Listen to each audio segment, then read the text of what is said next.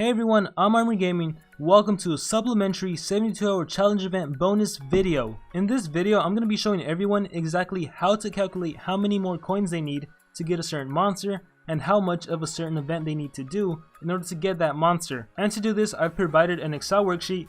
The link is in the description, so be sure to download it and you can just follow along. So at first glance, this may seem really intimidating. You're like, what are all these numbers? What are all these colors? I don't know what to do. But don't worry, it is extremely easy to use this worksheet even if you have no experience with Google Sheets or Excel. Trust me, it is super easy. And the reason it's easy is because most of this information you don't even need. In fact, this worksheet will do everything for you.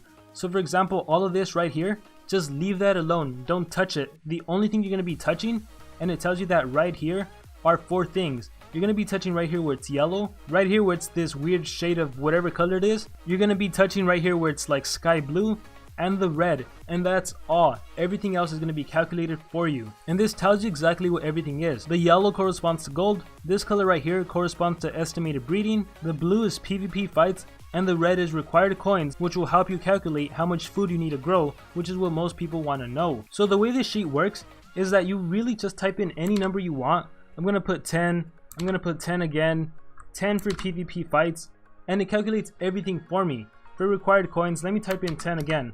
See, everything is calculated for me. Now one more thing, the only column you need to worry about is whatever column corresponds to what level you are. So for example, I'm level 93, which means this is the only column I care about. So if I want to, I can just highlight this whole column and I can paint it a different color. So I'm gonna paint it magenta. Now you don't need to do this. This is just an extra step so you don't get confused. But all I'm saying is that you only need to focus on whatever column corresponds to what level you are. So if it helps you, you can even just cover up all of the other columns. If you highlight I through Q and you right click and you put hide columns, take a look at that. Everything else is just hiding, which means this is the only column I need to focus on. But I'm just going to undo that really quickly so we can see all the different levels and all the different columns. And now I'm going to go through everything step by step. Right here in the yellow, you're supposed to type in the number that corresponds to how much gold you think you're going to be able to collect from your habitats within the given 72 hours. So for those of you that actually keep track of how much gold you get per day, this can be pretty easy for you to figure out. So myself, I really don't know how much gold I get, but let's just say, and this is definitely wrong, but let's just say for simplicity's sakes that I get 5 million. As soon as I type 5 million and press enter, take a look at that.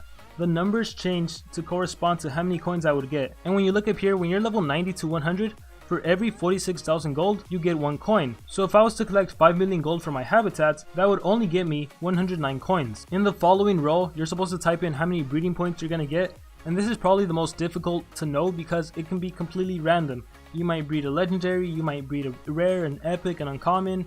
They all take different times. So for this, I honestly just like to keep it at 0 and just tell myself that I know I'm going to be getting more coins.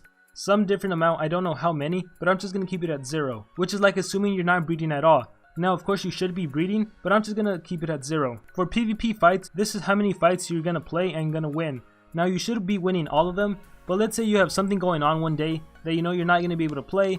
And let's just say over the course of these next 3 days, you know for a fact you're only going to be able to do about 15 battles. So we'll type in 15 right here. And as soon as I type in enter, like I said, everything changes. But the only column I need to focus on is this one right here. And if we look to our top left, every single battle I win, I get 69 coins. So 69 times 15, that is equal to 1038. So just by collecting gold from habitats and by doing PvP fights, I'm going to be getting 1147 coins. And now we move on to this following table.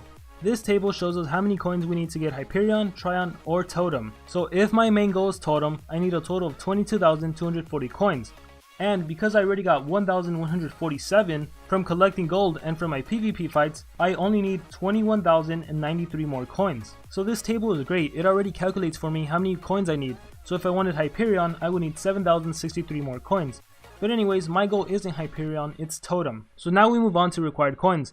And all I have to do is that I have to type in the number from the previous table. 21,093, press enter, and it tells me how much food I need to get in order to get that many coins. So for me, in order to get 21,093 coins, I need to grow 60 million food almost. It's 58,596,354.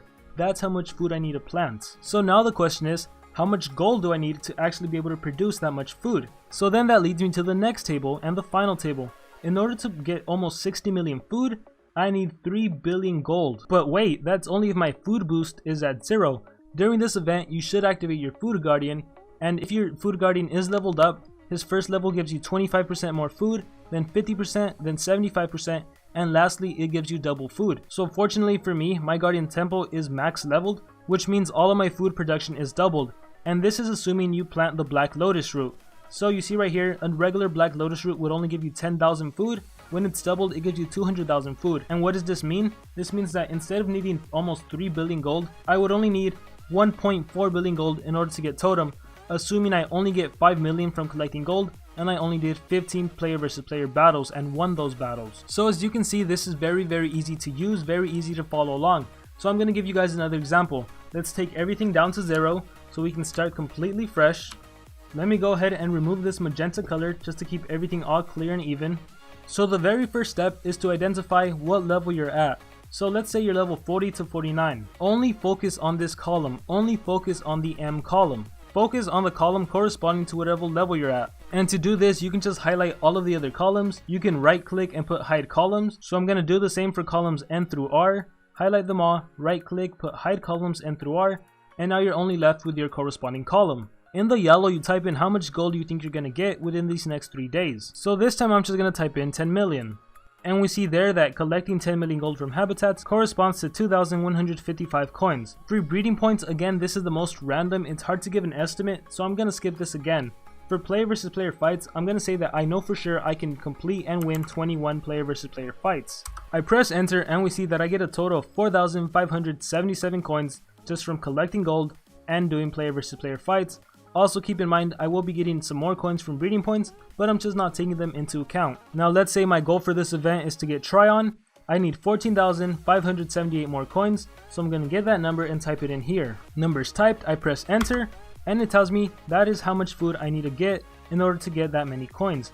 I need almost 1 million food to get 14,578 coins. So then I move on to the final table, which tells me how much gold I need in order to harvest that much food. So let's say my food guardian is only at a 50% increase. That means I need 32.5 million gold. And if you don't have access to this much gold, it might not be worth going for Tryon.